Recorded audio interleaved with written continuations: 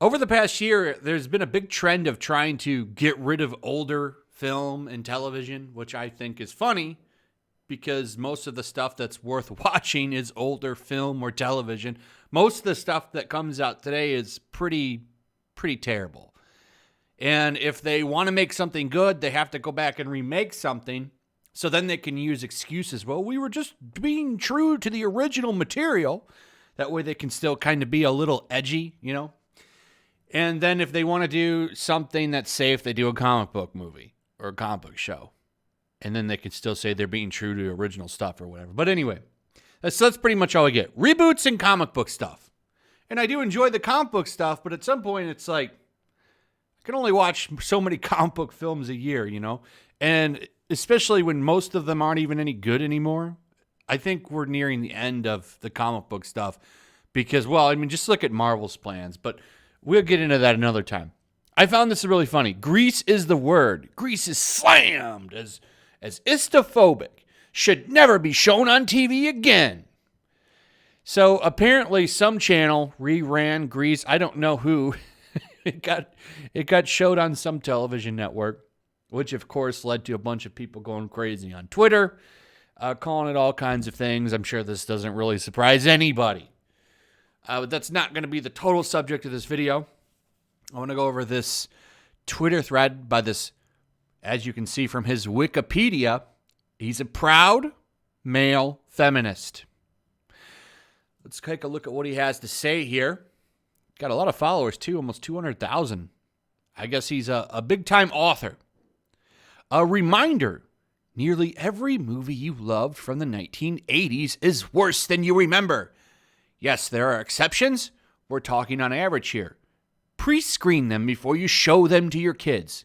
You'll save on a lot of pausing and explaining later. What does that mean? Like, dude flirts with a girl. Pause that! Listen, Junior.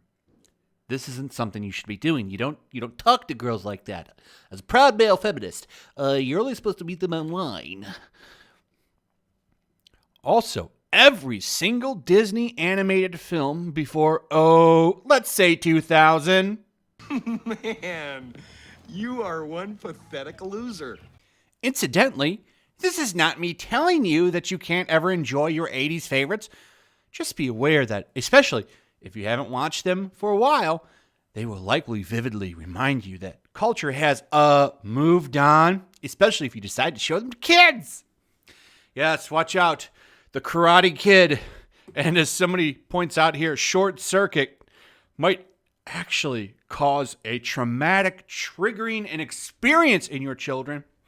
They might get offended by some nonsense, especially with helicopter PC parents that overregulate everything. P.S. I've noticed that just about every film someone here notes is an exception of the aged poorly timing someone else, usually more than one notes, as having aged the most poorly of all. So, yeah. And those of you saying 16 Candles is aged well, my dude, what? Also, be sure to check out the hidden tweets section of this thread for a fine collection of manly men huffing and puffing about political correctness. Bring your bingo for bigots cards. It's gonna get kind of spicy in there. Imagine if Blockbuster Video was still open. Do you think that they would have trigger warnings all over the store now? Like if that was still a thing? Do you think that there would be trigger warnings all over movies? Maybe they would have to put stickers over covers, because I'm sure some of those covers are quite provocative if you look at them at today's standard. You know, girls actually had a full head of hair. The half their head wasn't shaved.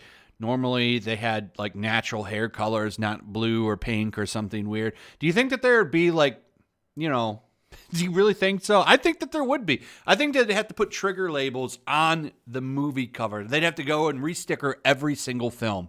Because yes, these PC police will find something problematic in every single movie. Take this old article from Vanity Fair, July 3rd, 2019. The Karate Kid, Cobra Kai, and the Odd Legacy of Mr. Miyagi. Everything's a problem. Everything's an issue.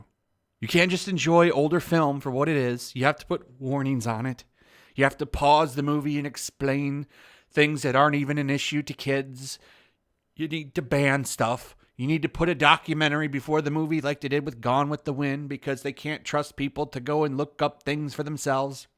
So they have to give you some smiley documentary before something. When will it end? It'll never end. Anyway, that's pretty much it. Hope you guys enjoyed the video. Let me know what you think in the comments below. Also, if you please would like and share the video, I'd appreciate that. Also, if you would please subscribe. Make sure you're still subscribed. Hit that notification bell, and I'll see you on the next one. Peace. Also, if you want to help support the channel, check out my Teespring store. There's a link in the description. You can find some merchandise in there that you might want to check out. Also, take a moment. Make sure you're still subscribed to the channel. There's something going on right now, and they've been unsubscribing people. So just take a second and double check on that, and subscribe if you're new.